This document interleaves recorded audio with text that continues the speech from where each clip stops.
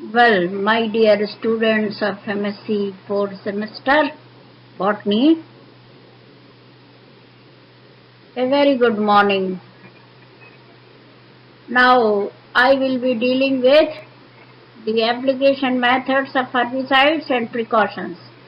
This is in your syllabus of 4th paper, special elective B in 3rd unit. Okay? So, before we go into the details of the presentation,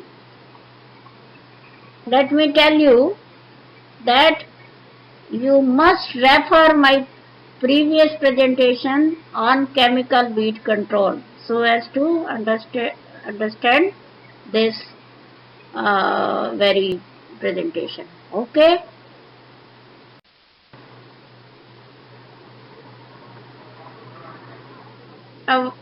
How we will enter into this topic? इस topic में हम प्रवेश कैसे करें? तो विषय प्रवेश मैंने लिखा है ब्रैकेट में, देखिए। तो ये पूरा टॉपिक या पूरा जो विषय है हमारी लर्निंग का, इसको मैं 4 क्वेश्चंस के आंसर के रूप में विस्तृत करूंगी। पहला है, first one is what is to be applied, हमको क्या अप्लाई करना है।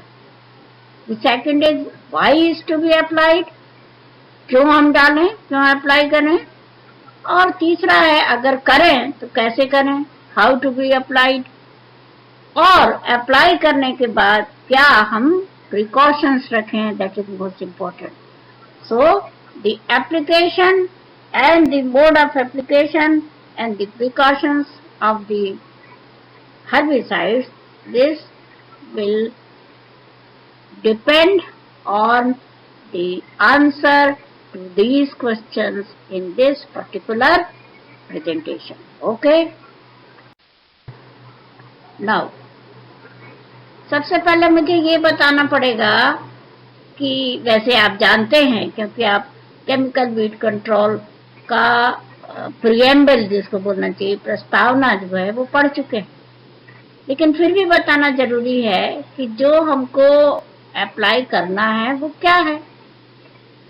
तो this is a part of chemical weed control. और व्हाट आर हर्बिसाइड्स? तो हर्बिसाइड जो वर्ड है, it is derived from Latin words herba means plant and caedere means to kill. वैसे भी CID साइड जिसमें लगा रहता है उसका अर्थ होता है किल।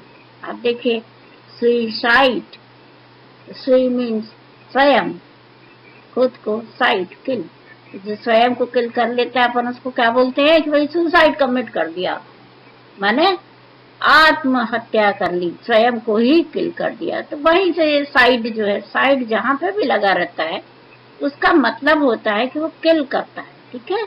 तो हर्बिसाइड माने ऐसे केमिकल्स जो हर्ब्स को किल करे। हर्बिसाइड माने हर्ब्स को किल करने वाला। तो इन्हीं हर्बिसाइड्स को हमको अप्लाई करना होता है जब हम वीड्स को किल करते हैं। तो इनको often we use to call them weedicide as well. इनको हम वीडिसाइड भी बोल देते हैं, कोई इसमें माने खराब बात नहीं है, हम बोल सकते हैं वीडिसाइड। ठीक है? फिर हर्बिसाइड जो है ये they constitute a principal component of chemical weed management. जैसे मैंने पहले बताया कि केमिकल वीड मैनेजमेंट का या कंट्रोल का ये पार्ट है। ठीक है? और ज्यादातर जो है केमिकल एज है हर्बिसाइड की, और the chemical control it is the most vital and essential because it gives the maximum crop output in terms of their yield by reducing the losses caused from the weeds. ठीक है?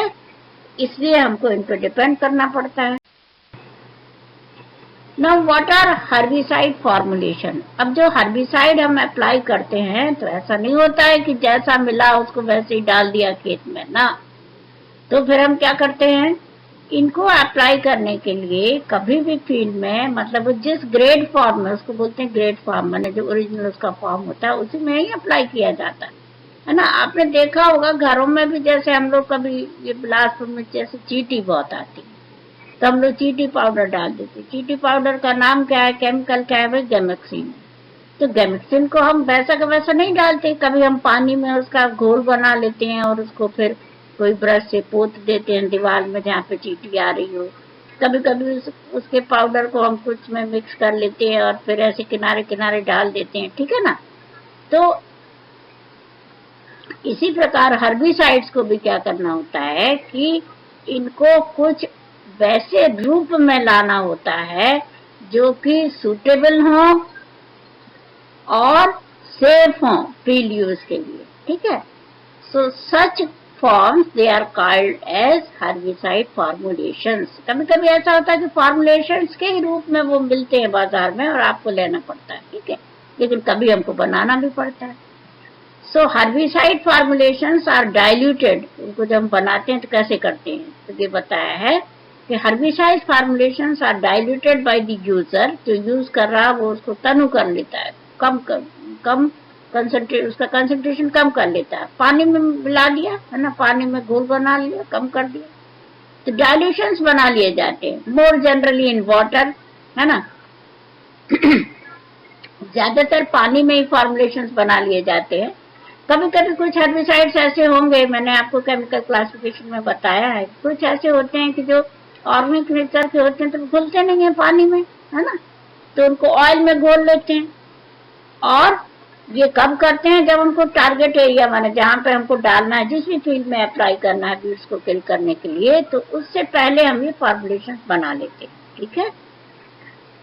फिर dry granules herbicide formulations के रहते हैं, ये भी apply किए जाते हैं। जैसे कभी कभी ग्रेन्यूल्स को क्या होता है, जब सॉइल एप्लीकेशन करना होता है ना, तो ड्राई सैंड में उनको मिला देते हैं, इनकॉर्पोरेट कर देते हैं, तो वो फिर वैसे ही सूखे जो ग्रेन्यूल्स होते हैं उनको मिला दिया जाता है। हर्बिसाइड जो है डस्ट के रूप में नहीं कभी भी डाले जाते, क्योंकि हैजार्ड कहीं क्रिएट नहीं करते हैं, इसलिए डस्ट वाले फॉर्म जो है वो अवॉइड करते हैं, मिलते भी नहीं है ज्यादा उस फॉर्म में, ठीक है। So, what is a herbicide formulation then? So, herbicide formulation is prepared by the manufacturer by blending the toxicant। toxicant मतलब जो नुकसान करेगा, मतलब क्या हुआ, वो कहलाया एक्टिव इंग्रेडिएंट। आपको कभी कभी AI स्मॉल लेटर्स में लिखा मिलेगा हर्बिसाइड के बाद। AI का मतलब क्या होता है, एक्टिव इंग्रेडिएंट, माने जो किलिंग एजेंट है, जो किलिंग कॉन्स्टिट्यूएंट है, वो क्या है, तो उसको हम बोलते हैं एक्टिव प्रिंसिपल या एक्टिव इंग्रेडिएंट, ठीक है।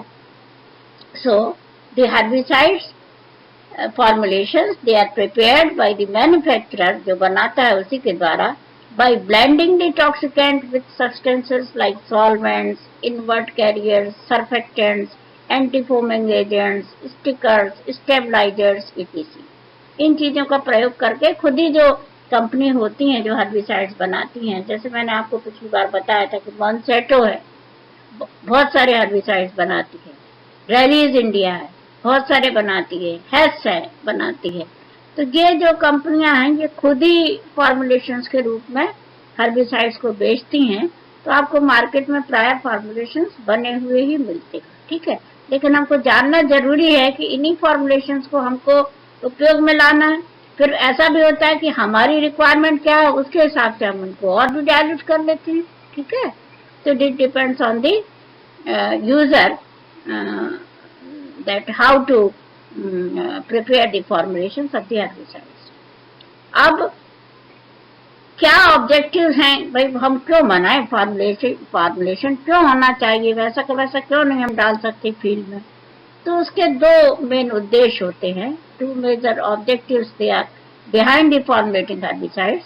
One is the ease of handling and the other is high controlled activity on the target plants, ठीक है, कि हम उनकी उठाधरी जब करना हो, मतलब यहाँ से वहां ले जाना है, हैंडलिंग करना है, तो उसमें हमको सुविधा जाए, थोड़ा सा इजी जाए, है ना, सरल पड़े, और उनकी जो एक्टिविटी है टारगेट प्लांट्स। अब देखो टारगेट प्लांट्स हमारे लिए क्या है, हमारे लिए वीड है, टारगेट प्लांट्स हमारे लिए क्रॉप नहीं है, या जो डिजायरेबल प्लांट है वो नहीं है।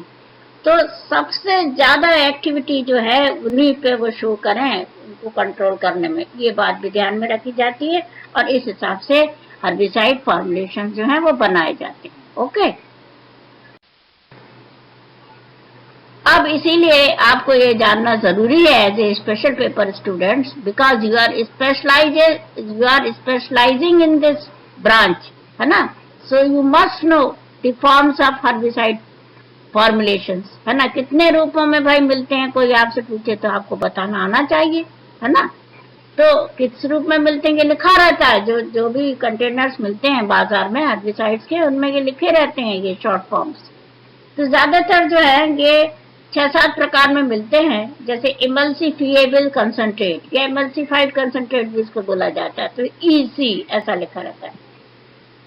जैसे कोई हर्बिसाइड है सैटर्न, तो अगर उसमें ईसी लिखा है माने वो किस फॉर्म में मिल रहा है, इमल्सिफाइड कंसंट्रेट के रूप में।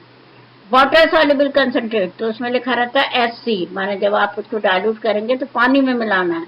वेटेबल पाउडर्स, ये गीले वो मिलते हैं, कहना चाहिए पाउडर को क्या बोलेंगे, चूर्ण के रूप में मिलते हैं गीले। ड्राई फ्लोएबल्स, है ना, कुछ ड्राई मिलते हैं जिनको हम फ्लो कर सकते हैं, है ना।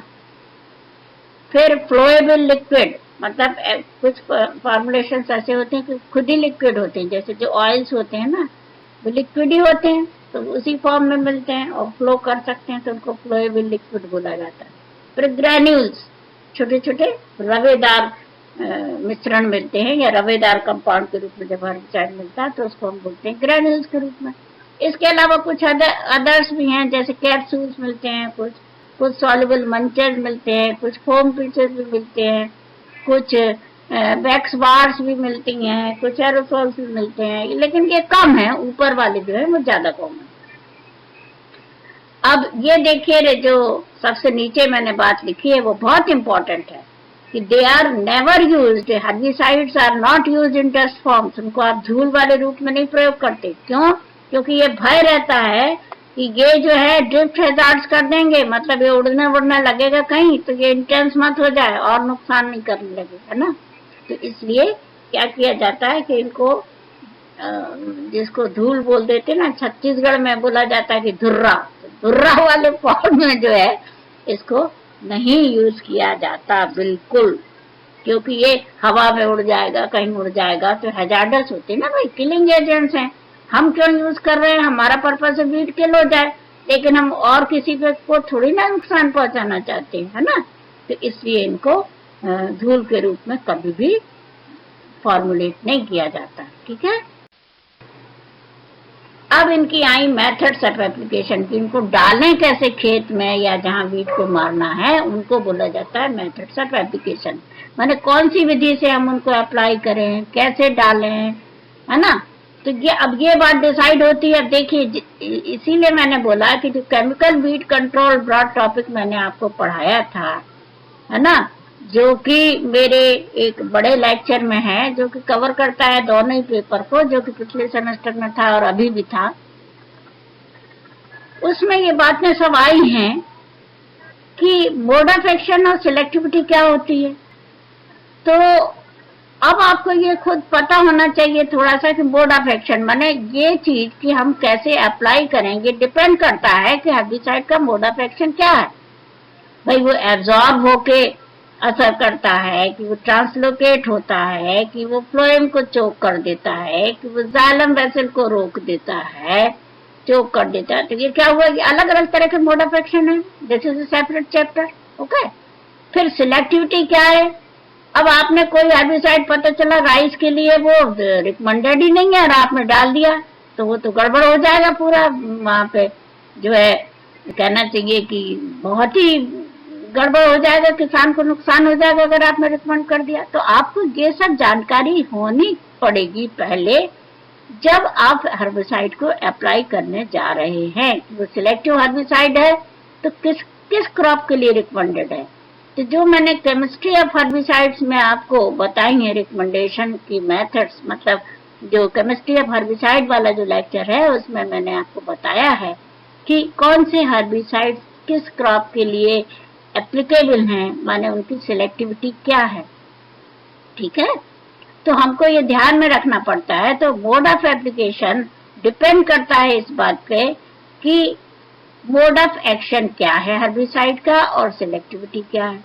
फिर एनवायरमेंटल फैक्टर्स कैसे हैं, है ना, इसको तो बहुत ज्यादा ध्यान में रखना पड़ता है। पता चला बारिश हो रही है और आप चले हर्बिसाइड डाल दें तो कोई असर थोड़ी होगा उसका, ठीक है। फिर दूसरी बात कि कॉस्ट, ये तो बहुत इंपॉर्टेंट फैक्टर है। भाई कोई भी method of management of weeds हम रिकमेंड करेंगे तो कॉस्ट इफेक्टिव तो होना ही चाहिए ना।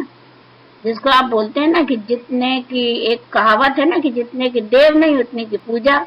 मतलब कि आपको कंट्रोल करना है वीड और कंट्रोल पे ही खर्च करने में आपने इतना पैसा लगा दिया कि आपका जो लागत है वो बढ़ती जा रही है और जो आपका जब रिटर्न मिलेगा तो वो उस पर असर करेगा, कम हो जाएगा। तो हमेशा कॉस्ट इफेक्टिव है कि नहीं कोई भी कंट्रोल मेजर, ये बहुत ध्यान में रखना पड़ता है जब हम वीड्स को मैनेज करना चाहते हैं या कंट्रोल करना चाहते हैं, ठीक है। अब जो इम्पोर्टेंट मेथड्स हैं जो ज्यादातर यूज की जाती हैं एप्लीकेशन करते समय हर्बिसाइड्स का, वो पहली है सरफेस एप्लीकेशन, दूसरी है सब सरफेस लेयरिंग, तीसरी है ब्रॉडकास्ट एंड बेंड एप्लीकेशन और तीसरा है सॉइल फ्यूमिगेशन। इनके बारे में हम थोड़ा सा जान लेते हैं। सरफेस एप्लीकेशन माने सतह पे ही आपने डाल दिया, कोई दिक्कत नहीं है। सब सरफेस में थोड़ा सा सरफेस के नीचे 2-3 इंच थोड़ा सा नीचे लेयरिंग, मतलब कहना चाहिए एक परत सॉइल की थोड़ी सी पहले, एक परत पहले माने। और ये ज्यादातर होता है जब हम प्री प्लांट यूज करते हैं ना, तो सॉइल में जब अप्लाई करते हैं तो करीब 3-1 इंच की सॉइल हटा के और फिर नीचे हर्बिसाइड्स को डाल देते हैं। ब्रॉडकास्ट मेथड में कंप्लीट ब्रॉडकास्ट माने छिड़काव कर देते हैं। बेंड एप्लीकेशन भी इस प्रकार हो जाता है, पूरे में कर दें आप या कोई एक बेंड में कोई पैच में करना चाहें तो हो जाता है। सॉइल में आप फ्यूमिगेट भी कर देते हैं। तो ये कुछ प्रमुख मेथड्स हैं। फिर method of application of foliage active herbicides. अब देखिए जब मैंने आपको हर्बिसाइड्स के प्रकार बताए थे तो उसमें देखिए मैंने ट्रांसलोकेटेड बताए, फिर उनमें फोलिएज एप्लीकेशन वाले बताए, सॉइल स्टेरलेंट बताए थे, टाइप है ना हर्बिसाइड्स के। तो जो फोलिएज एक्टिव हर्बिसाइड्स हैं माने जो लीफ पे असर करते हैं उनके लिए मेथड ऑफ एप्लीकेशन अलग है। तो कैसी है, उनके लिए जो ज्यादातर हम यूज करते हैं फोलिएज एक्टिव हर्बिसाइड्स को, या तो ब्लैंकेट एप्लीकेशन है। ब्लैंकेट माने, ब्लैंकेट का अर्थ क्या होता है हिंदी में, कम्बल। तो ब्लैंकेट माने जैसे आपने कम्बल उड़ा दिया किसी को, माने पूरे खेत में या पूरा जहां पे भी आपको कंट्रोल करना है पूरे हर्बिसाइड को आपने स्प्रे कर दिया, है ना, क्योंकि फोलियर ज्यादातर जो होते हैं स्प्रे ज्यादा की जाती है। तो पूरा का पूरा उसको कम्बल जैसा बिछा दिया, माने आपने डाल दिया, इसका ये मतलब है, ठीक है, पूरे खेत में या जो भी पीस ऑफ लैंड है। और जिस भी प्रकार के वीड को आपको कंट्रोल करना है, आप जानते हैं कि कई प्रकार के वीड्स होते हैं, डाइवर्सिटी है बहुत उनकी। तो जिस भी फील्ड में आपको जैसे कंट्रोल करना है तो उनको आप पूरे में अगर आप डाल लेंगे तो वो ब्लैंकेट एप्लीकेशन कहलाएगा। डायरेक्टेड स्प्रेइंग एक है कि आपका जो बीडी प्लांट है उसी में आप उसको स्प्रे करते जाओ, तो डायरेक्टेड स्प्रेइंग हो गई। फिर प्रोटेक्टेड स्प्रेइंग, प्रोटेक्टेड शब्द इसलिए यहाँ पे उपयोग किया है कि कभी कभी कुछ ऐसे स्पेसिफिक हर्बिसाइड्स होते हैं कि हमको जाके जो पर्टिकुलर वीड है उसी के ऊपर स्प्रे करना पड़ता है और आजू बाजू के प्लांट को बचाते रहना पड़ता है, तो वो प्रोटेक्टेड स्प्रेइंग कहलाया जाता है। डायरेक्टेड का ये एक प्रकार है छोटा सा, लेकिन ये थोड़ा सा बहुत स्पेसिफिक है। और एक होता है स्पॉट ट्रीटमेंट। कभी कभी वीड्स ऐसे होते हैं कि किसी स्पॉट में बहुत ज्यादा होते हैं, बहुत सघन होते हैं, उनकी डेंसिटी ज्यादा होती है, कहीं कहीं कम होते हैं। तो वो पर्टिकुलर स्पॉट्स को पहले हम ढूंढ लेते हैं, उनको लोकेट कर लेते हैं और फिर उनमें स्प्रे करते जाते हैं, तो वो स्पॉट ट्रीटमेंट कहलाता है। अब दूसरी जो मेथड्स हैं, एक मेथड को बोला जाता है DCA माने डायरेक्ट कॉन्टैक्ट एप्लीकेशन। पूरा का पूरा जो प्लांट है उसके वेजिटेटिव पार्ट में पूरा आपने छिड़काव कर दिया, इसके लिए स्प्रेयर्स आते हैं, तो उसको बोलते हैं डायरेक्ट कॉन्टैक्ट एप्लीकेशन। तो जो कॉन्टैक्ट हर्बिसाइड्स होते हैं फोलियर लिक्विड फॉर्म में वो प्राय ऐसे यूज किए जाते हैं। दूसरी मेथड होती है सॉइल इंजेक्शन। जब आपको सॉइल में इनकॉर्पोरेट करना है तो आप कैसे करेंगे? तो इसके लिए यंत्र आते हैं, ऐसे मैकेनिकल टूल्स आते हैं, इंजेक्शन जैसा इंजेक्शन अपन लोग नहीं लगाते हैं सुई, तो वो जो इंजेक्शन है वो छोटा है, ये बड़े बड़े इंजेक्शन होते हैं। तो उनमें हम क्या करते हैं, वो जो फॉर्मुलेशन है हर्बिसाइड का वो भर लेते हैं और उसके बाद सॉइल में जो इंजेक्ट कर देते हैं। तो उसमें क्या होता है, वो जो सिरेंज रहती है उससे ये डिटरमाइन हो जाता है कि कितना ml उसमें भरा है और कहाँ कहाँ हमने इंजेक्ट किया है और कितनी सॉइल डेप्थ में उसको यूज किया है। तो ये सब चीजें उसमें एस्टेब्लिश हो जाती हैं। कितना ml लिया है ये भी उसमें जैसे सिरेंज में लिखा रहता है, तो वो पता चल जाता है कि कितनी मात्रा हमने डाली है। ठीक है, जब हम हर्बिसाइड्स को कैरी कर रहे हैं तो हाथ से नहीं करें, एक ट्रॉली का उपयोग करें, एक हैंड ट्रॉली का उपयोग करें, उसमें हर्बिसाइड लाएं। फिर prepare herbicide dilutions in open spaces away from the source of irrigation water. जब भी हम फॉर्मुलेशन बना रहे हैं, डाइल्यूशन बना रहे हैं, तो खुली जगहों में बनाएं, है ना, जहां पे भी इरिगेशन कैनाल हो या सिंचाई का साधन हो वहां मत बनाएं, है ना। फिर wear rubber gloves, a pair of eye glasses and cover your nose with A cloth, है ना। अभी जो कोरोना के लिए भी बोला जा रहा है ना कि आपको मास्क पहनना है, तो ये सब क्या है, बचाव के डिवाइसेस हैं, साधन है। तो हमेशा जब हर्बिसाइड को यूज कर रहे हैं तो हम हमेशा हाथ में रबर ग्लोव्स पहने रहे, चश्मा लगाए रहे, है ना, आई ग्लासेस लगाए रहे। और आपकी जो नाक है, क्योंकि बहुत से हर्बिसाइड में बहुत बुरी स्मेल होती है, तो नाक को जो है, क्योंकि नाक से आप इनहेल करने, कहीं आपको कुछ असर करने लगे वो, है ना, क्योंकि है तो किलिंग एजेंट ना भाई, तो हमेशा नाक को भी एक कपड़े से ढके रहना पड़ता पूरी तरह। और always use a stick to stick herbicide solution and never your hands. ये बहुत इंपॉर्टेंट बात है। हम हिंदुस्तानी लोग प्राय क्या करते हैं, कोई भी घोल बनाया हाथ से घोलने लगते हैं जल्दी से। ऐसा नहीं करना है हर्बिसाइड के साथ। हमेशा क्या करना है, एक स्टेटर यूज करना है। माने अब आपके पास मान लीजिए, इसके लिए वैसे आते हैं हर्बिसाइड के स्टेटर्स, अगर नहीं हो तो आप कोई डंडी ले लीजिए, छोटी सी कोई स्टिक ले लीजिए और वो डंडी से मिलाइए, अपने हाथ से कभी मत मिलाइए। फिर bury the empty containers deep in any wasteland. This is very important. जो खाली डिब्बे हैं हर्बिसाइड्स के, उनको हमेशा जो खाली वेस्टलैंड्स हैं, जो खाली पड़ी जगह है ना, जहाँ पे कोई नहीं जाता है, कोई कुछ यूज नहीं होता है, वहां पे उनको नीचे गड़ा देना चाहिए। उनको ऐसे ही नहीं फेंकना चाहिए कि हमने कहीं भूरे में फेंक दिया, कहीं हम डाला, ऐसा नहीं करना है, उनको नीचे गड़ा देना चाहिए। ठीक है, then keep lots of fresh water and soap handy to meet any emergency. अब देखिए, दिस इज वेरी इंपॉर्टेंट। हमेशा कोई भी इमरजेंसी कभी भी आ सकती है। मान लीजिए गिर गया हर्बिसाइड्स, आपके ऊपर आ गया, आपकी आंख में चला गया, तो आपको क्या करना पड़ेगा, जल्दी से आप हाथ धो लें ना, है ना, जल्दी से हाथ धो लें, जल्दी से आंख में पानी डाल लें। तो आपको जब आप रखे ही नहीं होंगे बगल में पानी, तो कहाँ से धोएंगे। तो इसलिए बहुत सारा ताजा पानी और साबुन, ये सब किसी भी इमरजेंसी आ जाए उसको मीट आउट करने के लिए पास में हमेशा रखना चाहिए जब आप हर्बिसाइड यूज करने के लिए जा रहे हों। ज्यादातर ट्रॉपिक्स में, ये जो मैंने रेड से लिखा है, इतने सामान काफी होते हैं ट्रॉपिक्स में, माने हमारा देश भी ट्रॉपिक्स में आता है, गर्म प्रदेशों में, कि इनमें अगर हम इतनी चीजें ले लेंगे तो ये बस एडिक्वेट है, मतलब ये काफी है इतनी प्रिकॉशन लेना। तो क्या क्या लेना पड़ेगा सॉरी, हमारे पास क्या क्या होना चाहिए, a pair of shoes, gloves, sunglasses, a light headdress, a cloth put around the mouth and nose can be considered adequate precautions because of course each worker must wear a long sleeve shirt and full trousers. इसके लिए देखें, जब आप full sleeve की shirt पहने रहते हैं तो आपके हाथ तो ढक ही गए उसमें, है ना, तो अब हाथ को तो कोई ऐसा कोई डायरेक्ट कांटेक्ट का खतरा है नहीं। ट्राउजर्स भी फुल पहनिए, है ना, कई बार ये अपने किसानों को बताना पड़ेगा। छत्तीसगढ़ का किसान क्या है कि वो छोटा सा एक लुंगी जैसा गमछा पहना रहता है, तो नहीं, उसको जब भी आप सजेस्ट करें, क्योंकि आप साइंटिफिक वे में यूज करने का तरीका बता रहे हैं, तो आपको ये सजेस्ट करना है कि वो फुल ट्राउजर्स पहने रहे।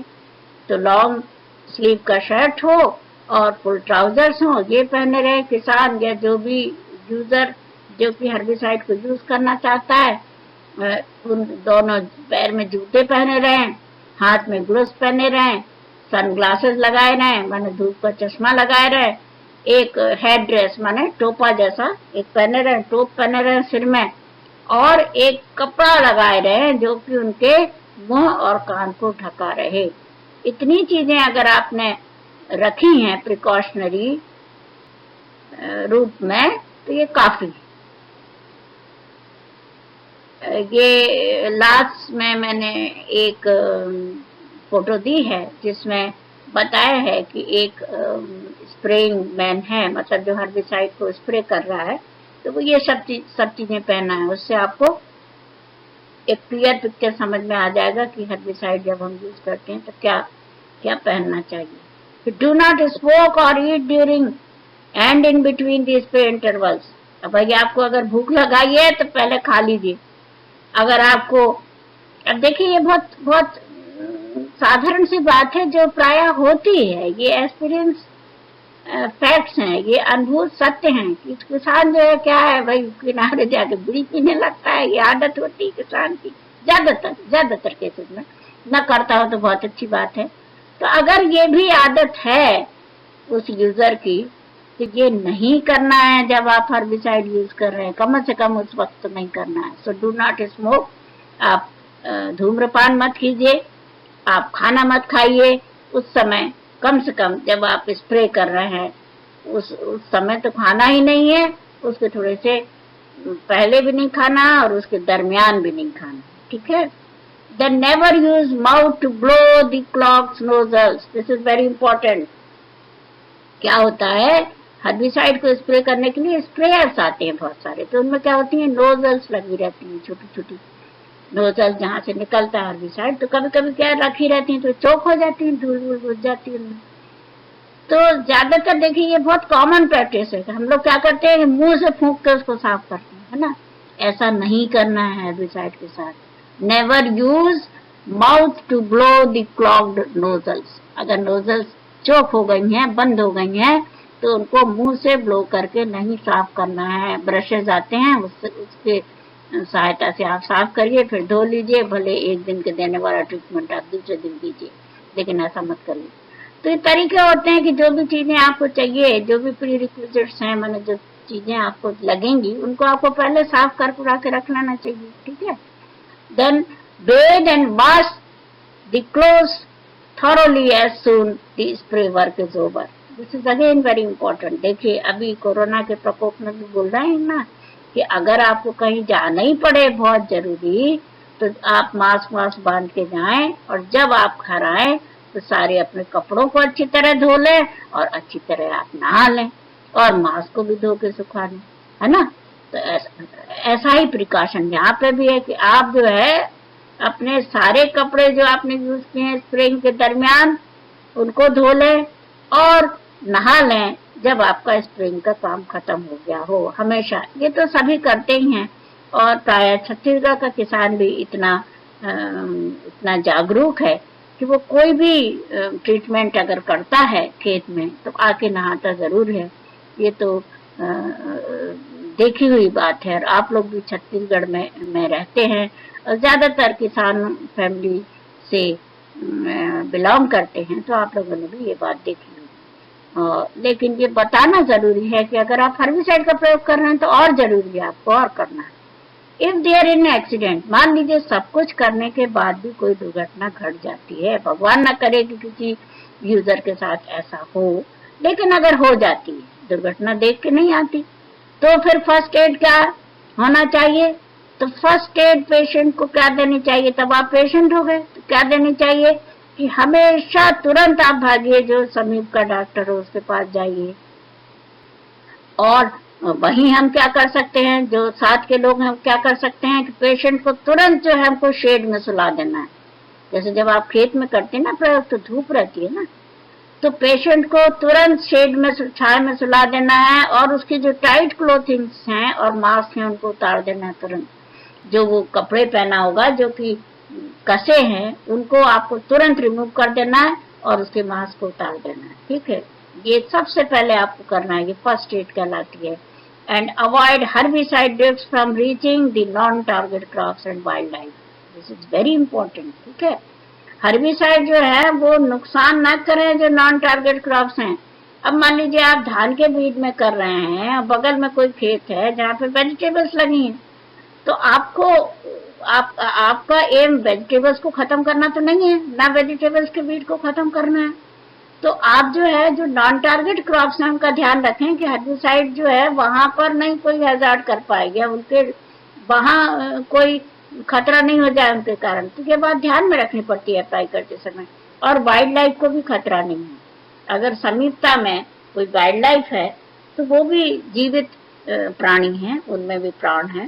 तो जैसे हम अपना ध्यान रख रहे हैं ऐसे ही हमको उनका भी ध्यान रखना है। तो हमेशा ये सारी प्रिकॉशन को ध्यान में रखते हुए फिर हमको हर्बिसाइडल कंट्रोल अप्लाई करना है और रिकमेंड करना है जहां पर भी जरूरत हो।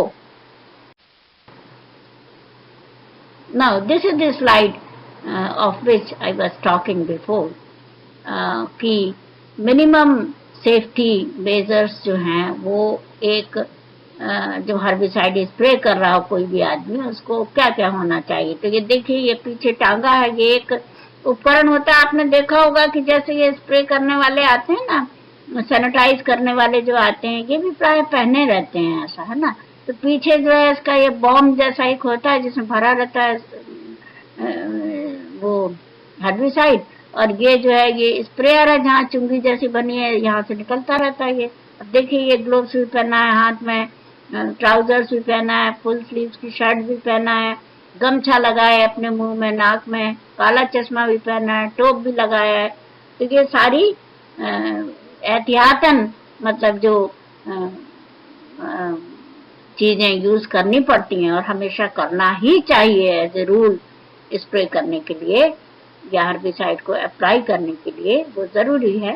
ये फोटो मैंने दिया ताकि इससे आप समझ जाएं कि इस प्रकार से हमको भी यूज करना है, अपने आप को प्रोटेक्ट करना है सेफ्टी के लिए। कब? जब हम हर्बिसाइडल एप्लीकेशन कर रहे हों किसी भी साइट में किसी भी तरह के बीज को किल करने के लिए, ठीक है। So this is all about the application precautions for herbicide applications, है ना, the precautions taken for the herbicide applications and the application methods. We have learnt a lot about it, and I suppose you have gone through the topic very well and you understood the topic very well. I suppose you have understood it very well, and thank you very much. Prepare yourself and try to identify yourself with the fields and the fields study